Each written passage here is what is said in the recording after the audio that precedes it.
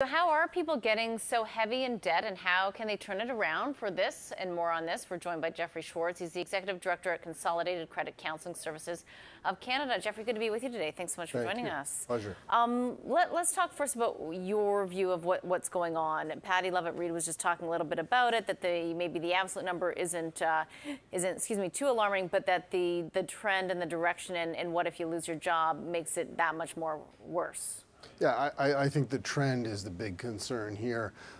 Just to give you some stats, I mean, we've seen triple-digit increases in the inquiries from our organization over the last year when we compared it January to January, just specifically in Alberta.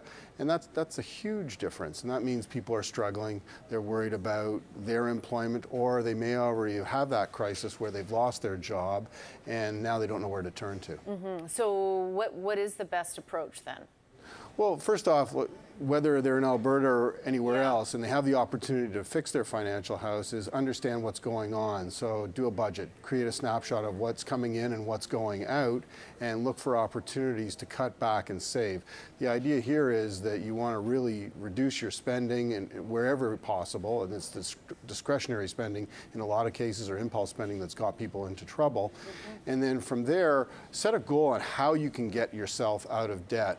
Now, this is all kind of simple stuff, but it's certainly not easy, especially if you've been spending, your behaviors are that you've been living at a certain lifestyle for many years. Now, all of a sudden, it comes to a grinding halt. Get some help, seek the help of a trusted financial advisor, a credit counselor, to help you get out of this situation. Jeffrey, we're so focused on Alberta, but what else are you noticing acrost Canada? Well, I think we're still seeing debt increasing even in some of the provinces that are doing better, and then people are continuing to spend, specifically in British Columbia and in Ontario. And we're still seeing savings rates not as high as they should be. So if there were to be a crisis somewhere else, my concern is that people don't have the savings put away so that if there is an emergency in life, they have to turn to debt to get out of those issues. What's the right amount of savings to have to cover the potential loss of a job? Well, I forget how many months I think some people say 6 months, maybe 2 years is the better number. That would be fantastic. Yeah. But the reality is, it depends on your employment situation in your province, but we suggest people to have at least 3 to 6 months of savings put away so that in case life happens, or in case there's reduced employment or unemployment, that at least it gives you a bit of a buffer, some time, so that you can stay on your feet without taking on any debt. In terms of the number that often gets talked about, 100% debt to income ratio that we talk about across Canada, a lot of people aren't as concerned about that number because they say that the asset value, or your asset of your home, has increased to such a degree that side of the balance sheet, your own personal balance sheet, has also increased, so that don't worry about the 160 debt to income level. You say what to those people?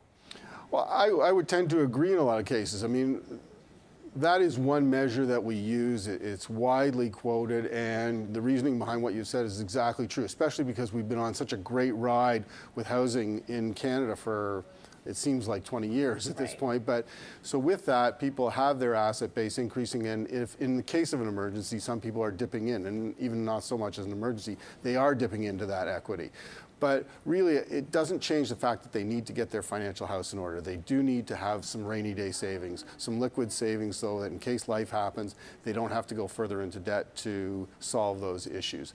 We need to be looking at how we're spending. I mean, our spending appears to be out of control. People are living beyond their means. They're living beyond their income. Where do you and that's see that? Creating. Where do you see that take place? Oh, well, it's everywhere. I agree, but I guess one of my questions would be, you take a look at these homes that people are buying. I mean, isn't that one of the first areas that people maybe overspend what they can afford? Yeah, and that is a concern, because they are taking on more than they can chew, and they're forgetting that there's all sorts of increased expenses as a result of that purchase.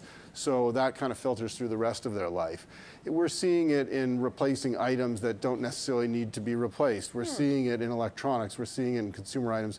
Where we see it now too, and it's fantastic for Canadians because they love new technology, is all these tap and go purchases, but we're taking away that physical element of pulling cash out of our wallet, and as a result we're increasing our spending, which is not necessarily a good thing, especially if we're living outside our means. So you're saying that actually using cold hard cash, where you see it leave your wallet, is better than just the tapping and go.